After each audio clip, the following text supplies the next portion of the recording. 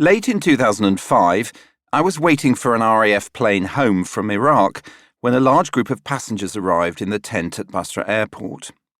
There were about 60 men, evenly divided between an older, heavier set mob and younger, more sprightly-looking types. They were, respectively, members of the SAS and the Special Forces Support Group. In their appearance, these Special Forces seemed to be completely out and proud. For one thing, they were all wearing civilian clothes, whereas all the other passengers for the TriStar home were following the rules about uniform.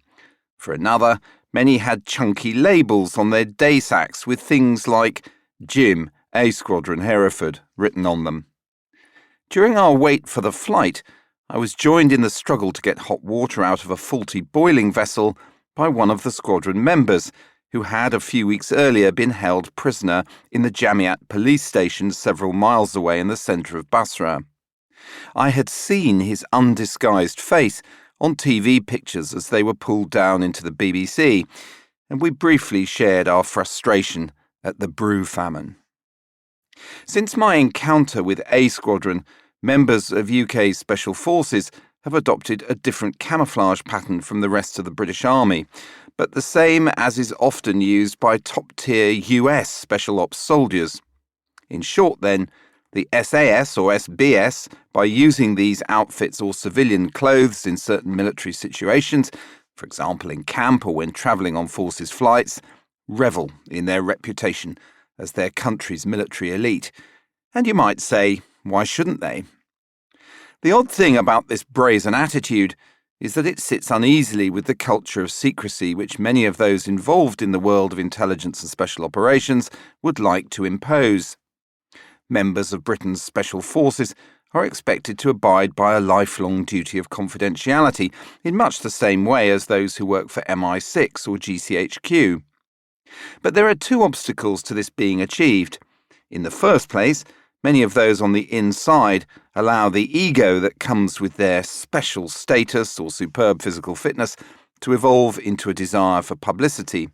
One only has to look at the many SAS books or newspaper articles relying on well-placed leaks to see this. A second reason for the high public profile of the SAS in particular is the lethality of their business. This is not a matter of discreet agent recruitment or coming up with a clever computer algorithm, as the intelligence professionals' world is. Special Forces soldiering, particularly in the conflict since the 9/11 attacks, is a high-intensity, deadly business involving face-to-face confrontation with some of the world's most ruthless terrorists. It is unsurprising, then, that the public interest in what these soldiers do is very high.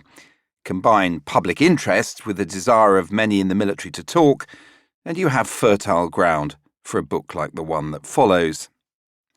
My desire to write it came about on another Iraq trip, one to Baghdad in September 2008.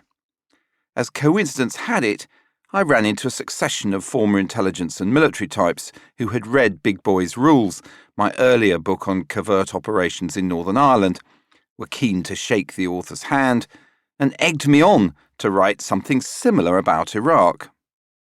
Mark Macaulay, the cameraman working with me on that trip, and during quite a few scrapes in Iraq and Afghanistan, added his weight to the argument, noting that my various trips to Iraq had given me the level of knowledge and access necessary to carry out such a sensitive project.